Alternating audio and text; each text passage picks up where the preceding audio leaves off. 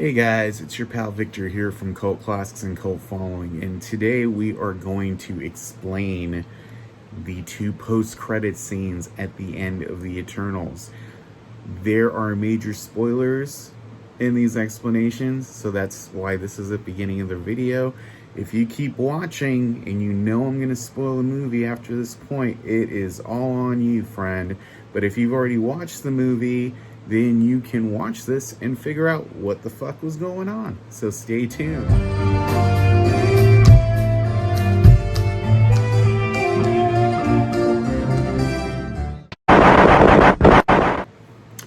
So hey guys, we're going to talk about the two post-credit scenes at the end of the Eternals.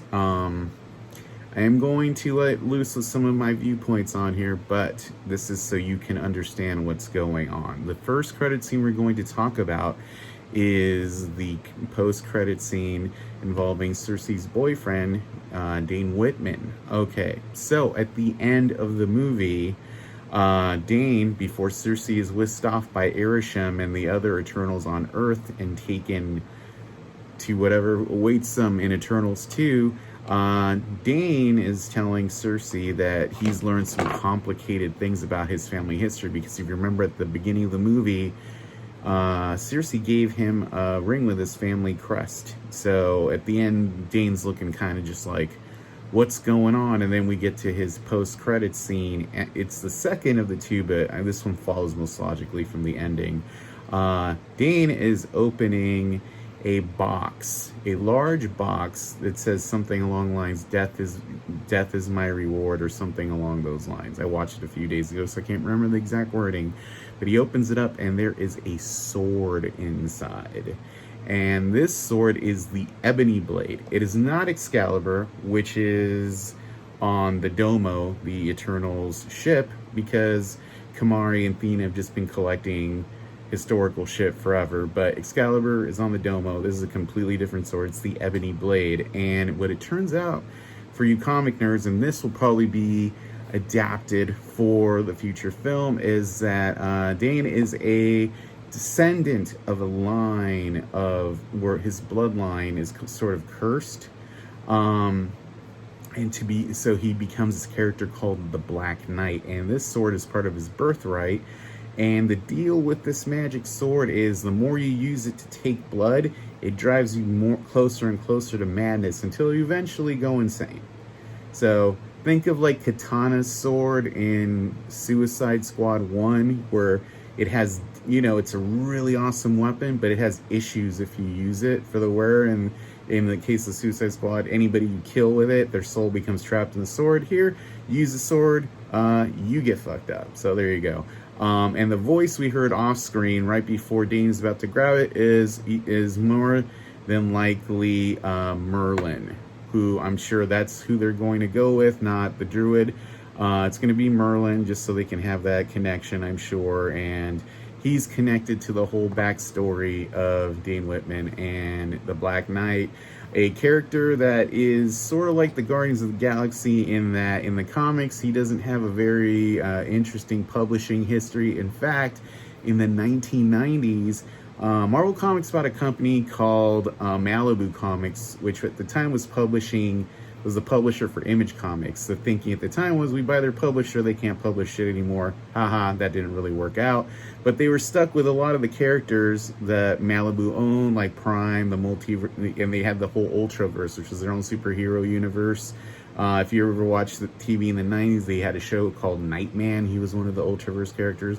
But Marvel, to energize this universe when they bought it, sent a bunch of characters they weren't really doing shit with there to this universe, and one of them was the Black Knight. Funnily enough, another one was the Juggernaut. Shocking, I know. All right, now we're going to talk about the second post-credit scene right now. And this is, as I told you, the Arishem, the main Celestial we've been watching for most of this movie, who turns out to be the real villain of the movie. He takes half of the Celestials off, for space trial, whatever. And the rest are, kind of floating around in space to find other Eternals, to tell them the shocking truth they learned in this movie, that the Eternals are actually robots.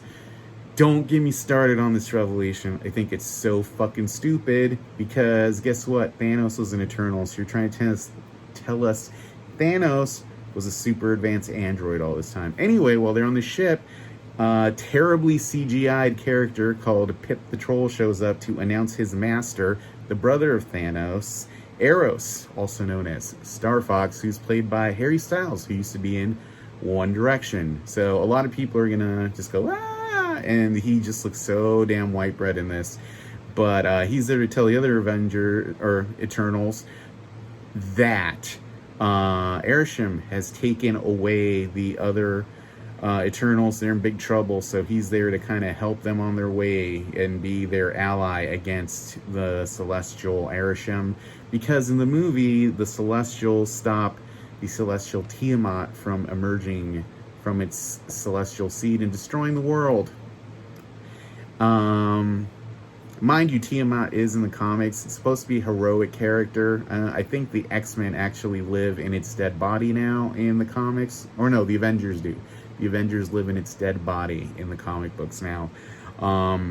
But yeah, like I said, both of these credit scenes are there to set up the future Eternals 2 movie. They have no impact on the rest of the MCU. I actually think making Eternals robots that the Celestial created is a terrible, terrible, terrible idea. That actually ruins and completely negates Guardians of the Galaxy 2 because, hello, Ego was an Eternal. He was a living planet. So what is he, like a stillborn Celestial? Like, don't get me started on that. And the Celestial seed is just like Ego planting his seeds on every...